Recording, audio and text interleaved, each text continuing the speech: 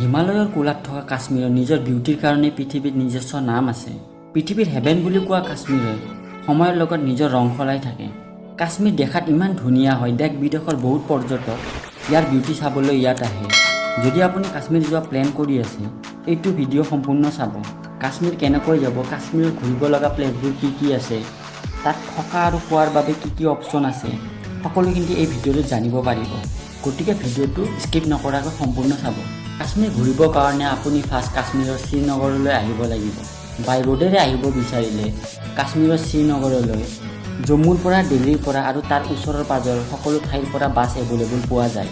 ইয়াৰ next আপুনি ট্ৰেইনেৰে আহিব বিচাৰিলে শ্ৰীনগৰ ট্ৰেইনৰ ষ্টেচন আছে যদিও ডাইৰেক্ট শ্ৰীনগৰলৈ আহিবৰ কাৰণে ট্ৰেইনৰ কোনো সুবিধা নাই। আপুনি ফাৰ্ষ্ট জম্মুলৈ ট্ৰেইনলৈ আহিব পাৰিব। জম্মুৰ পৰা ডাইৰেক্ট বাছ আপুনি শ্ৰীনগৰলৈ পাই যাব। তাৰ পাছৰ অপশ্যনটো হৈছে ফ্লাইট। যদি আপুনি এয়াৰপ্লেনেৰে আহিব বিচাৰে তেন্তে ডাইৰেক্ট আপুনি শ্ৰীনগৰলৈ ফ্লাইট পাই যাব। ভাৰতৰ সকলো এয়াৰপৰ্টৰ পৰা শ্ৰীনগৰলৈ ফ্লাইট পোৱা যায় আৰু আপুনি বাজেট আৰু টাইমৰ ধ্যান ৰাখি যিকোনো এই তিনিটাৰ অপশ্যনৰ এটাৰে কাশ্মীৰৰ শ্ৰীনগৰলৈ আহিব পাৰিব। কাশ্মীৰৰ শ্ৰীনগৰ অহাৰ পাছত তাত কি প্লেচ চাব।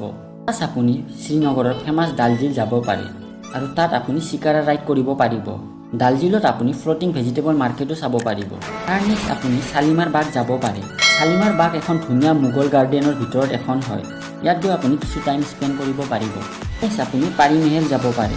পাৰি মেহেলত আপুনি ধুনীয়া আৰ্কিটেকচাৰ আৰু ফল আৰু ফুলৰ গছ দেখা পাব। আপুনি তাৰ পাছত উলাৰ লেক যাব পাৰে।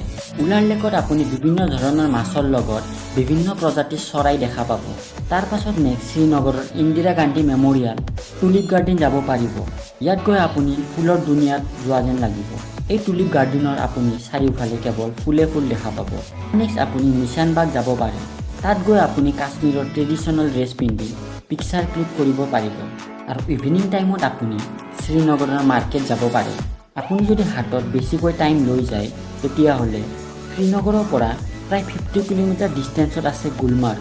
গুলমাৰ্গ এখন কাশ্মীৰৰ ফেমাছ হিল ষ্টেচন হয়। গুলমাৰ্গত বহুত বেছি স্ন'ফল হোৱা দেখা যায়।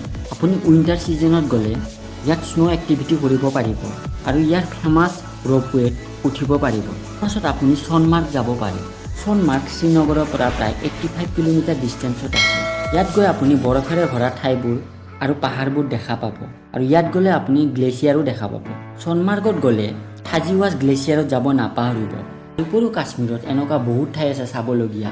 মই কেৱল টুৰিষ্টৰ মেইন এট্ৰেকশ্যন প্লেচবোৰৰ বিষয়েহে কৈছোঁ। ইয়াত থকা আৰু খোৱাৰ কথা ক'লে কাশ্মীৰত আপুনি সকলো ধৰণৰ ল' বাজেটৰ পৰা হাই বাজেটলৈ হোটেল পাই যাব। ইয়াত আপুনি 1000ৰ পৰা 10,000ৰ ভিতৰত সকলো ধৰণৰ হোটেল এভেইলেবল থাকে। ইয়াৰ উপৰিও আপুনি ডালঝিলত হাউচ বোটতো থাকিব পাৰিব। আৰু ফুডৰ কথা ক'লে কাশ্মীৰত ভেজ নন ভেজ দুটা অপশ্যনে পোৱা যায়। আপুনি তাত গৈ Kashmiri pulao, Kashmiri gravy, momo', mutton try কৰিব পাৰিব। ইয়াৰ উপৰিও আপুনি কাশ্মীৰত গ'লে কাশ্মীৰী টি খাব নাপাহৰিব। কেৱল এইখিনিয়ে।